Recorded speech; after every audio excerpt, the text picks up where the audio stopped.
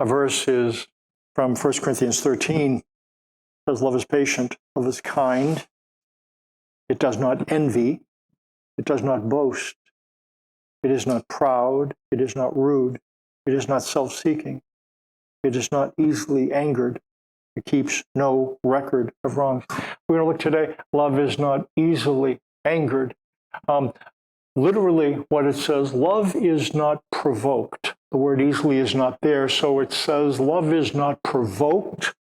Love is not exasperated. Love is not irritated. And we see this in action with Paul. Let's going to follow him as he walks into Greece, notices some things that provoke him. We're going to see how he handles that provocation, and he doesn't turn around. And, let's look and see what he does. It says, while Paul was waiting for them, Tim and Silas, I think, a couple of his associates, he was waiting for them in Athens. He was greatly distressed to see that the city was full of idols. The word greatly distressed is the word that is translated easily angered. It's the same Greek word that we find in love is not easily angered. So love is not greatly distressed. Paul was provoked, angered, greatly distressed by idols in Athens. His emotions were worked up. He felt a lot of deep, very powerful emotions. How did he handle stirred up feelings? He notices things that are wrong, and let's find out what he did. He reasoned in the synagogue with Jews and the God-fearing Greeks.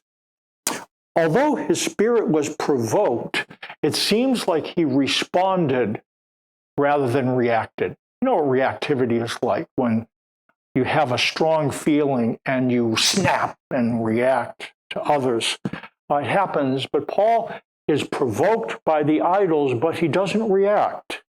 He responds, and it says he reasoned with those who had a biblical worldview. There were Jews and God-fearing Greeks. It says he reasoned, and the word reasoned is the word from which we get the word dialogue. It's dialegomai in Greek, and it's the word from which we get the word dialogue.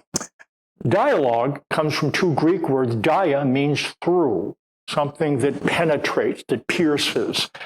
Logos is word. And so dialogue represents through words, words that take down walls that exist between people. Dialogue builds bridges and tears down walls. When dialogue occurs, words pierce and penetrate the walls between people. In the book, The Magic of Dialogue by Daniel Yankelevich, written in the early, I think it was written in 2001, he talks about the 4 Ds of communication, 4 different kinds of communication. There is discussion, and all of these are relevant. Discussion is to exchange ideas. You sit down and you say, what do you think? Well, what do you think? We understand what discussion is. Debate is when it gets a little bit more formal. It's trying to win an argument, not just discussion, but trying to best one another. Decision-making is communication that seeks to arrive at a consensus, at a decision. And then there's dialogue.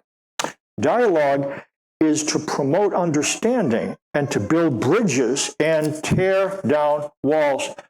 Of these 4 types of communication, the author of the book, The Magic of Dialogue, says that dialogue is unique.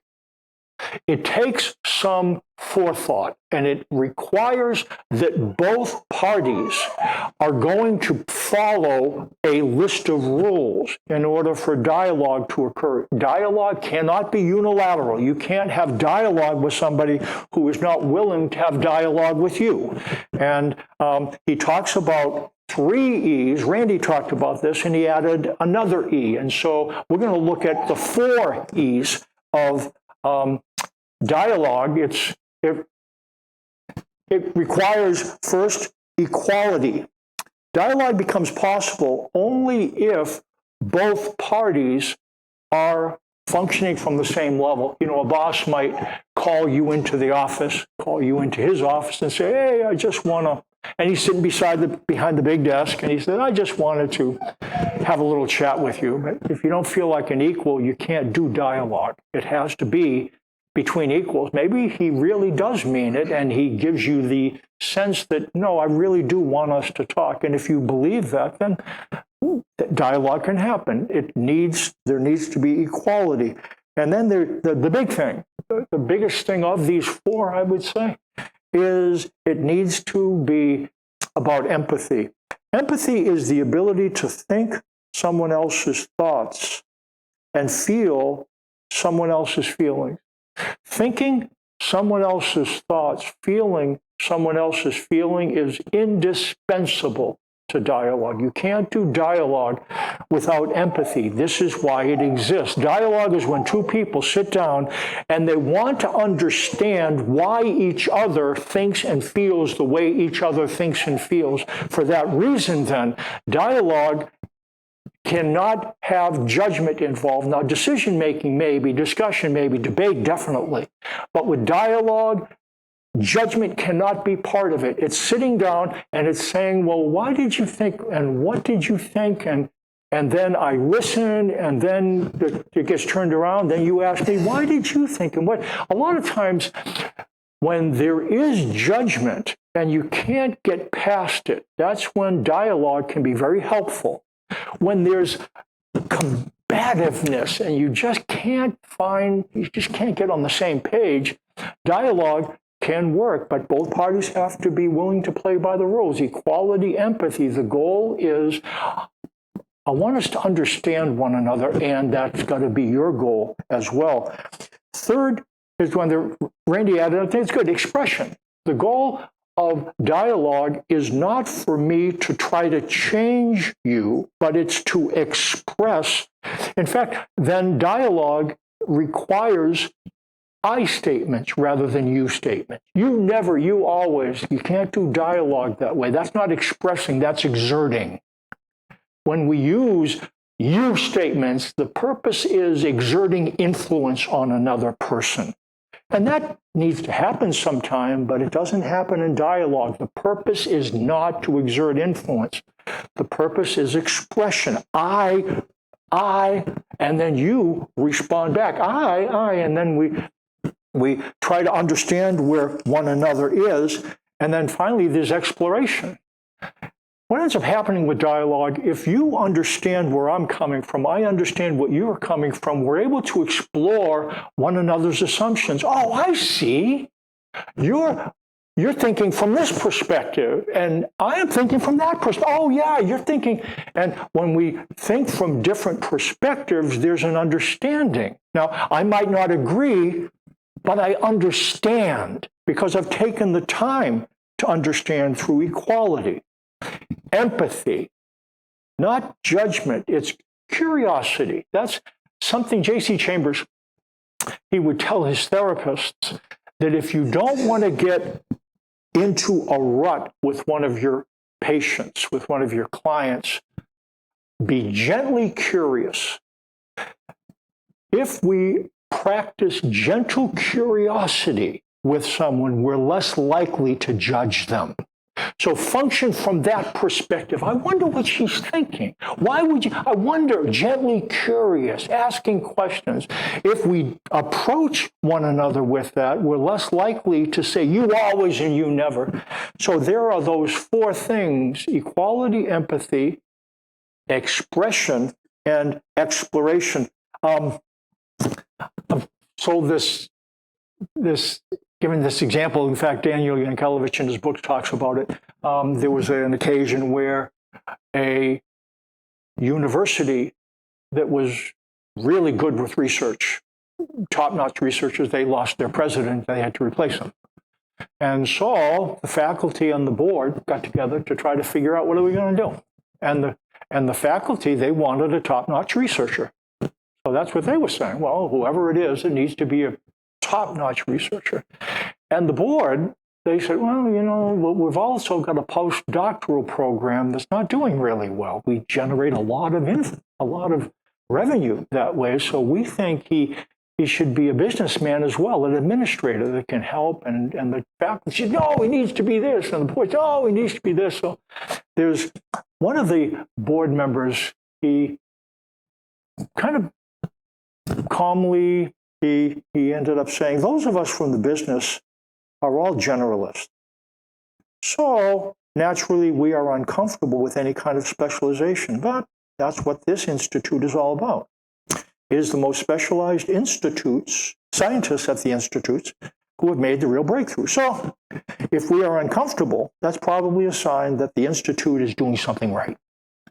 And you could feel the temperature go down in the room. The businessmen, oh, that's right, and the faculty, oh, and so they were able then to pick a president. They did pick a president who was a top-notch researcher, and they also fixed the postdoctoral program because both sides felt heard, not judged, and they came to a place where they understood one another. Paul is then, in this occasion, he's in Athens, he is provoked, but he dialogues first with those he knows who have a biblical orientation. Then he moves on to engage those who are more secular. And let's see what happens.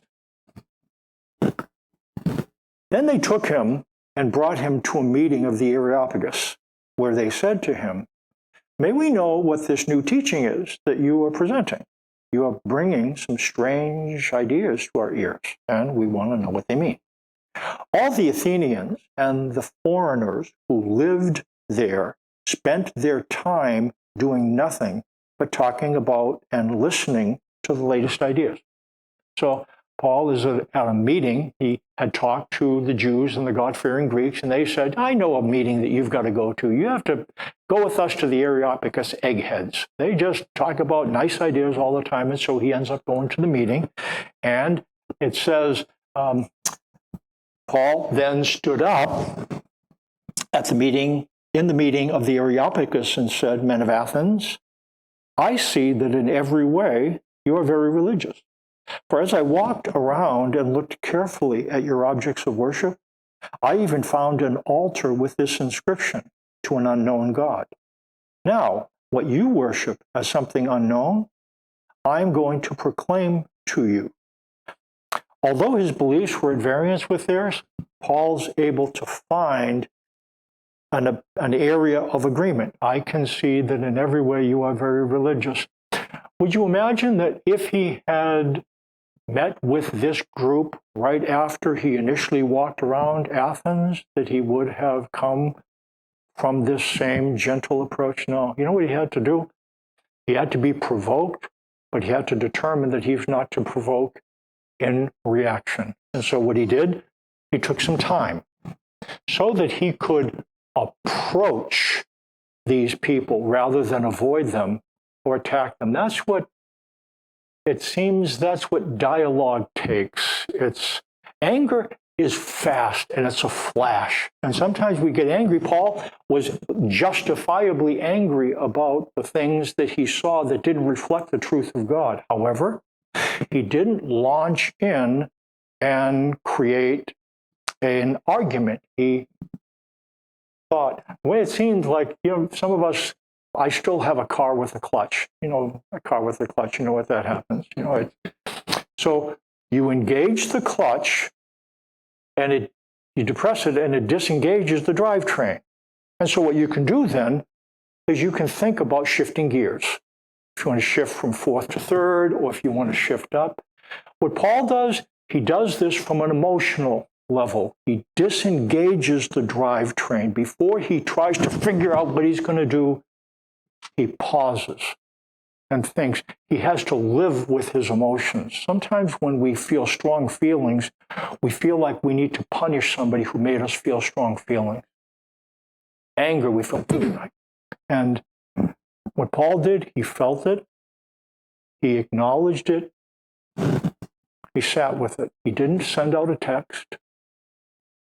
He didn't zip out an email.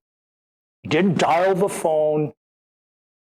he counted to at least to 10, probably to more, and just lived with it for a little bit. And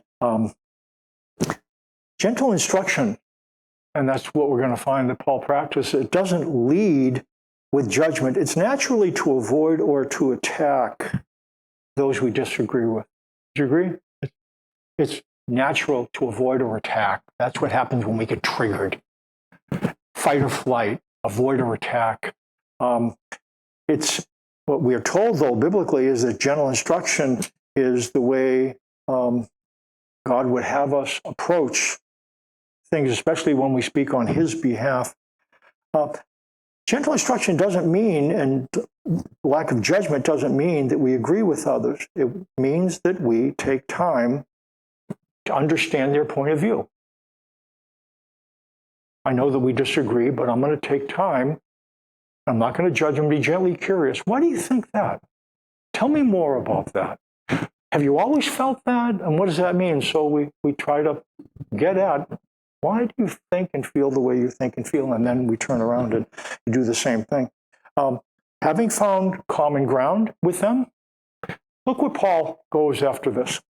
It says, the God who made the world and everything in it is the Lord of heaven and earth, and does not live in temples built by hands, and he is not served by human hands as if he needed anything, because he himself gives all men life and breath and everything else. From one man he made every nation of men, that they should inhabit the whole earth, and he determined the time set for them, and the exact places where they should live. God did this so that men would seek him, and perhaps reach out for him and find him, though he is not far from each one of us. What does Paul focus on here?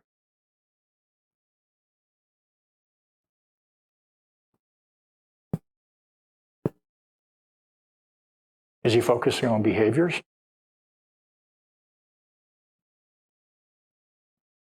He's focusing on beliefs, isn't he? What kind of beliefs is he focusing on? Beliefs about God.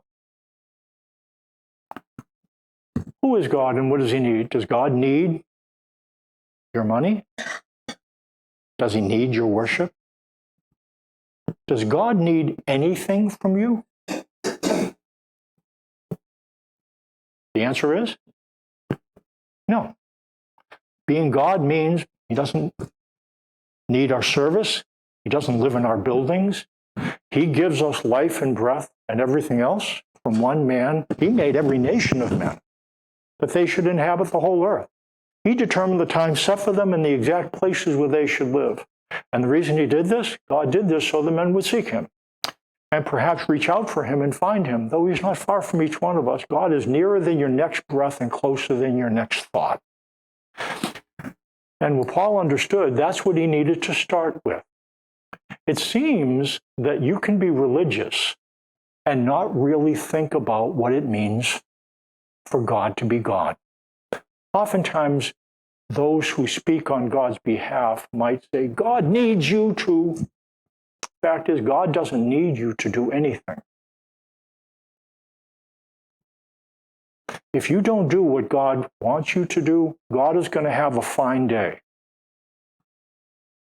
Sometimes Sunday must be God's worst day. You know, he hates it when kids run around in church. You know what I mean? And so,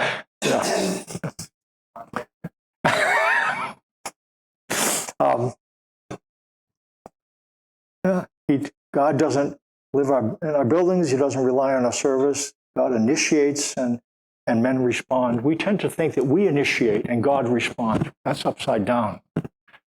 God initiates. He lets us know what he's like, and we respond. And that's why those who would speak on his behalf, Paul learned, would do so gently. What do we take from this story? There's times where, if somebody believes about God is important. Here's what it says.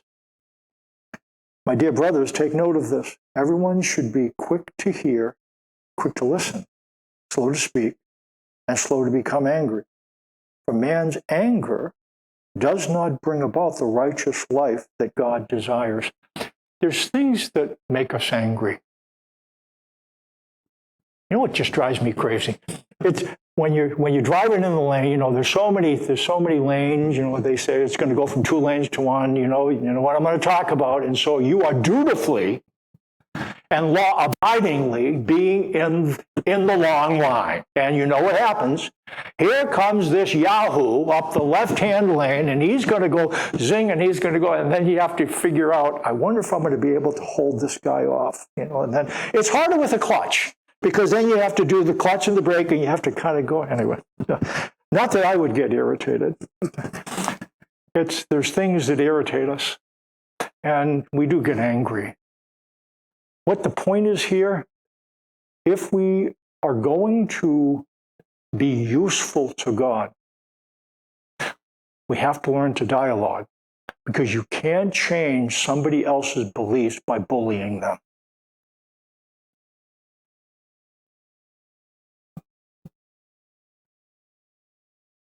You can change the behaviors, but God doesn't ultimately judge our behaviors. God judges our beliefs, not what we do, but why we do what we do. You can change somebody's actions, but to change their attitudes, you have to get inside them, and that's what dialogue does. We have to understand, quick to hear, slow to speak, slow to anger. It's easy to believe that forcefulness is the key to influencing people. Here's what says in Proverbs: through patience, a ruler can be persuaded, like this. A gentle tongue can break a bone. Interesting. Somebody who plays the long game patiently. Persuading is not just changing the way a person acts, it's changing the way they feel and think. Gently making your argument. What is the way not just to change what somebody does, but to change how they think, and it takes a while. In his book, The Magic of Dialogue, Daniel Yankelevich had this to say: the chief obstacle to dialogue is not mistrust, but the increasing fragmentation of our society into subcultures. Without our having developed the dialogic skills needed to build bridges between them, we are so divided as people, and the awareness and the skill of being able to sit down and dialogue with someone that believes differently than we believe is a skill that's vanishing. Yankelevich says it's a lost art. We listen and we're thinking about how to respond, and that's where dialogue comes in. We are less able in general as a culture to build bridges to one another, and we're really good at building walls. That's kind of where we've come to. How did dialogue turn out for Paul? He had a lot going, and here's what ends up happening. When they heard about the resurrection of the dead, some of them sneered. But others said, we want to hear you again on this subject. Not everybody is going to be open to dialogue. Some were. At that, Paul left the council. A few men became followers of Paul and believed. Among them was Dionysius, a member of the Areopagus. Also, a woman named Damaris, and a number of others. The rest of the story? Dionysius and Damaris, they got married and became the leaders of the house churches in Greece. Now, let's stand for closing prayer.